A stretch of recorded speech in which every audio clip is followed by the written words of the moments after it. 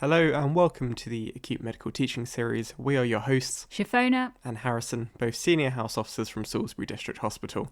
This will be a 12-part teaching series running over the next 3 months. You can find links to the other sessions on our YouTube channel or via Blackboard for the local Southampton students. During our third session, we will be talking about the management of infective exacerbations of COPD. COPD, or chronic obstructive pulmonary disease, is characterised by abnormalities of the alveoli or the airways, resulting in chronic respiratory symptoms, including shortness of breath, cough, and sputum production. As the name suggests, it is a form of obstructive airway disease.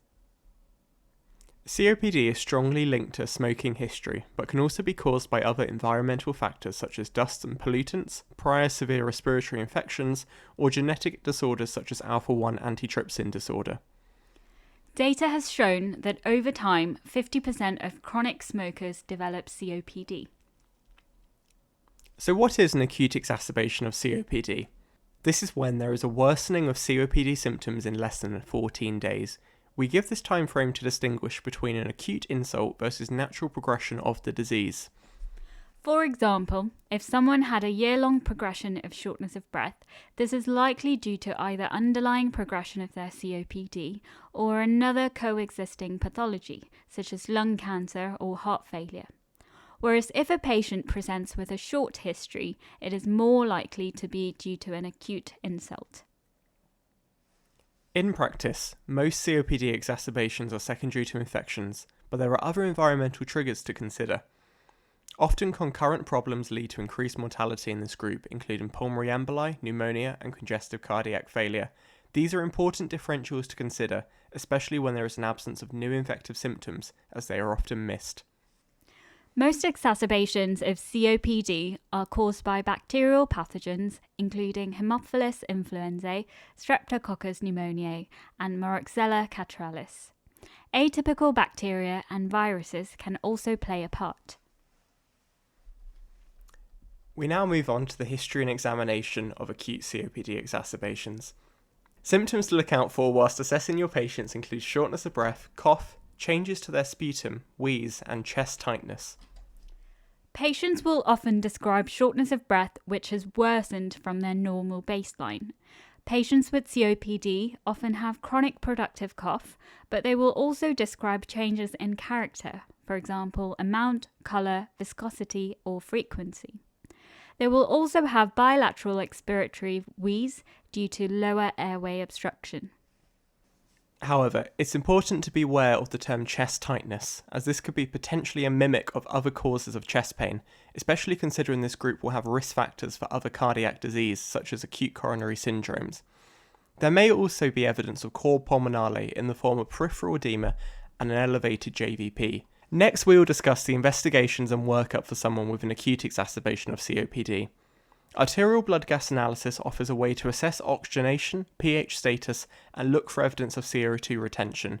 We will talk much more about this on a later slide. When we look at ECGs, chest tightness seen in COPD can be ACS, arrhythmias, or PE mimics. It's important to check in combination with biomarkers such as troponin or BNP if indicated.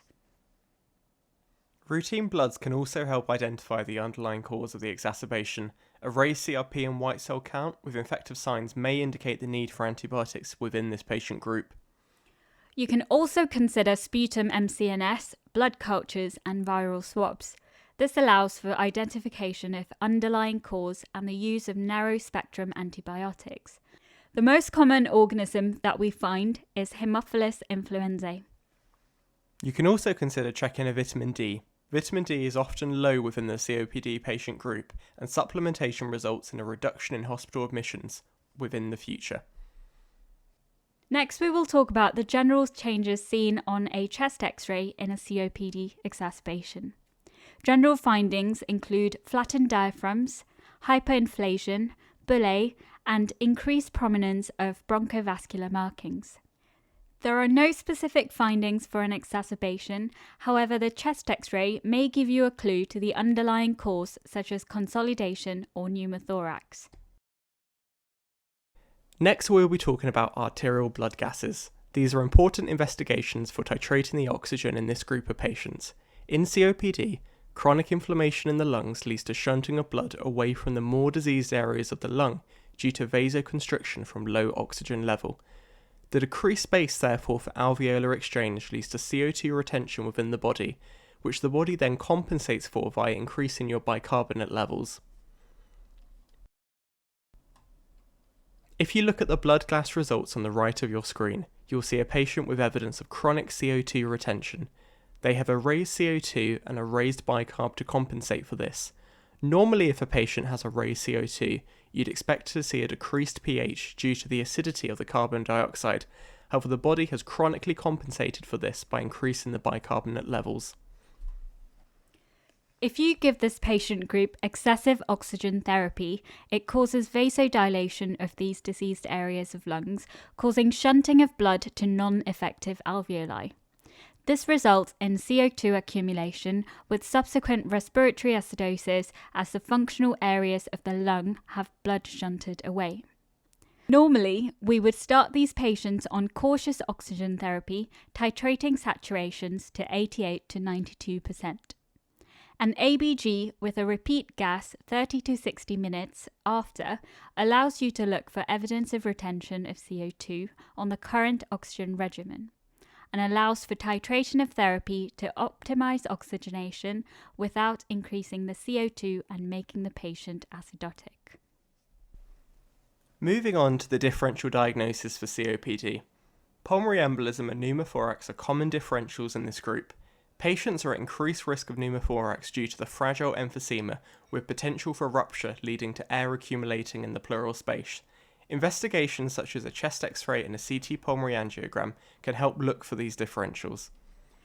It is also important to consider other differentials of the patient who presents with shortness of breath and chest pain, including acute coronary syndromes, pneumonia, tachyarrhythmias, and referred abdominal pain.